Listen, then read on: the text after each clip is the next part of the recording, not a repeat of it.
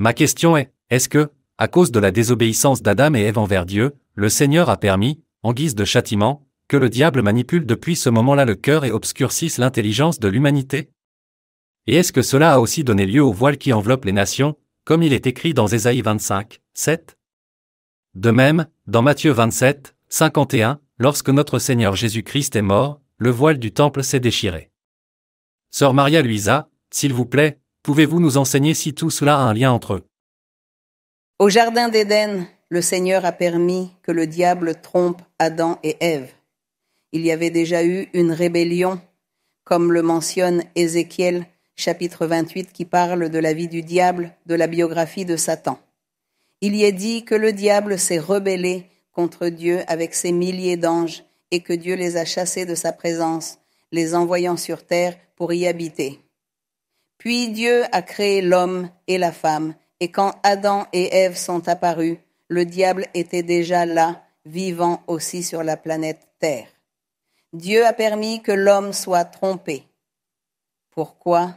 Parce que Dieu a doté l'homme d'une capacité, celle de prendre des décisions. Si je t'interdis quelque chose, obéis-moi. Si je ne t'interdis rien, alors regarde les choses et prends tes propres décisions. Mais si je te dis de ne pas faire quelque chose, obéis-moi. C'est ce que Dieu a dit à Adam et à Ève. Il leur a donné un test et leur a ordonné de manger de tous les fruits, sauf de l'arbre de la connaissance du bien et du mal. Dieu l'a fait pour les tester. Bien sûr, Dieu savait déjà ce qui allait se passer. Alors dans cette prise de décision, Dieu voulait tester Adam et Ève. Il leur a fait l'interdiction, ne mange pas de ce fruit, et ils ont pris la décision. Ève a décidé de désobéir. Le diable l'a trompé. Dieu avait prévu ces choses. Aujourd'hui, c'est la même chose. Dieu dit que nous avons le libre arbitre et que nous prenons nos décisions.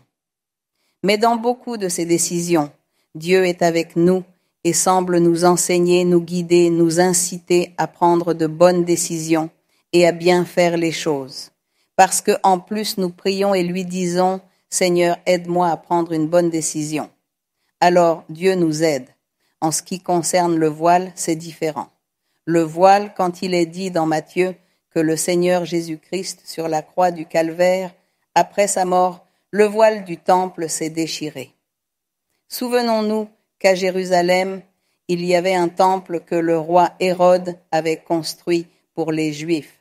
Et dans ce temple se trouvait le lieu très saint, séparé par un voile, le lieu saint et le lieu très saint. Et il y avait un voile ou un rideau, comme on l'appelle en espagnol, qui le séparait du lieu très saint. Cela signifiait que les êtres humains ne pouvaient non pas pénétrer dans le lieu très saint, seulement le grand sacrificateur une fois par an. Et ce voile avait une représentation symbolique. Il symbolisait que les hommes, l'humanité, ne pouvaient pas se présenter devant Dieu parce que Dieu était très loin de l'humanité.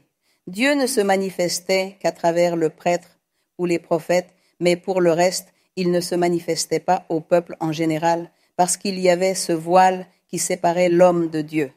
Quand le Seigneur Jésus-Christ est mort, il a dit « Celui qui croit en moi, je lui donnerai la liberté d'avoir une communion avec Dieu, de se présenter devant Dieu. Dieu lui parlera et la personne parlera à Dieu et il y aura une communion entre Dieu et l'homme. » C'était la promesse du Seigneur Jésus-Christ. C'est pourquoi, quand il est mort ce jour de la crucifixion, il est dit que le voile du temple s'est déchiré, parce que le voile était la représentation symbolique de la séparation de Dieu et du peuple. Alors, il est dit que ce voile s'est déchiré pour que tout le monde puisse entrer dans le lieu très saint et être en communion avec Dieu. Le Seigneur Jésus a dit « Par moi, vous aurez tous une communion avec Dieu parce que vous allez prier et Dieu sera avec vous et l'Esprit Saint sera dans le cœur de chacun et Dieu sera avec vous à partir de maintenant. » Voilà ce que représentait symboliquement ce voile.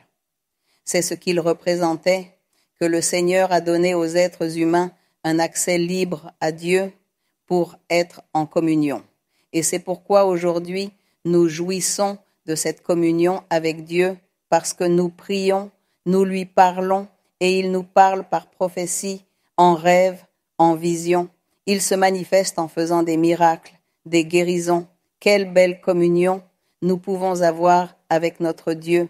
C'est pourquoi il est important que nous respections ses commandements pour qu'il ne se sépare pas de nous et ne nous laisse pas seuls, mais que cette communion continue. Grâce à Jésus-Christ.